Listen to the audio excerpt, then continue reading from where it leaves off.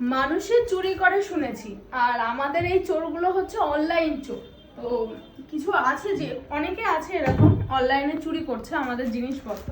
যেমন এই প্যাকেজিংটা তোমরা জাস্ট দেখো, এইটা হচ্ছে এটা কিন্তু আমাদের বিল, আমাদেরই তৈরি করা বিল, বাট এই প্যাকেটটা কিন্তু আমাদের একদম না। আর শাড়ির কালেকশন তোমরা কোনোদিন দেখেছো আমাদের কাছে এরকম শাড়ি?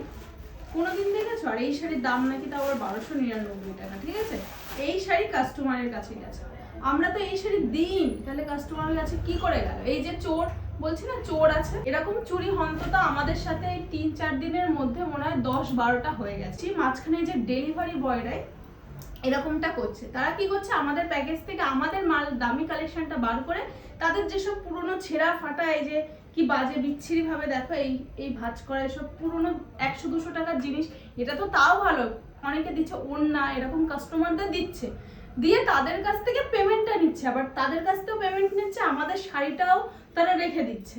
তার মানে বুঝতে পারছো, দুই দিক থেকে ওরা লাভ করছে। সন্দেহ মনে হয় প্যাকেজিং দেখে, যেমন দেখো এই প্যাকেজিংটা আমাদের একদম না, এটা তো তাও বড় প্যাকেজিং এসেছে, অনেকে দিচ্ছে এরকম ছোট্ট একটা প্যাকেজ। আর শাড়ির প্যাকেট তো নিশ্চয়ই একটু উনি হবে না, তোমাদের সন্দেহ মনে হলে ওটিপি কিন্তু একদমই দেবে না। আর পেমেন্ট তো করবেই না, ঠিক আছে, কারণ পেমেন্ট করলে আমাদের তোমাদেরকেও টাকা দিয়ে দিতে হচ্ছে, আবার এদিকে আমাদের শাড়িটাও আমরা পাচ্ছি না, মানে আমাদের কতটা লস হচ্ছে বুঝতে পারছো। আর আমাদের প্যাকেজিংটা আমি তোমাদের দেখিয়ে দিচ্ছি, এটা হচ্ছে আমাদের প্যাকেজিং, তোমরা দেখবে এরকমই কিন্তু প্যাকেজিং হয়।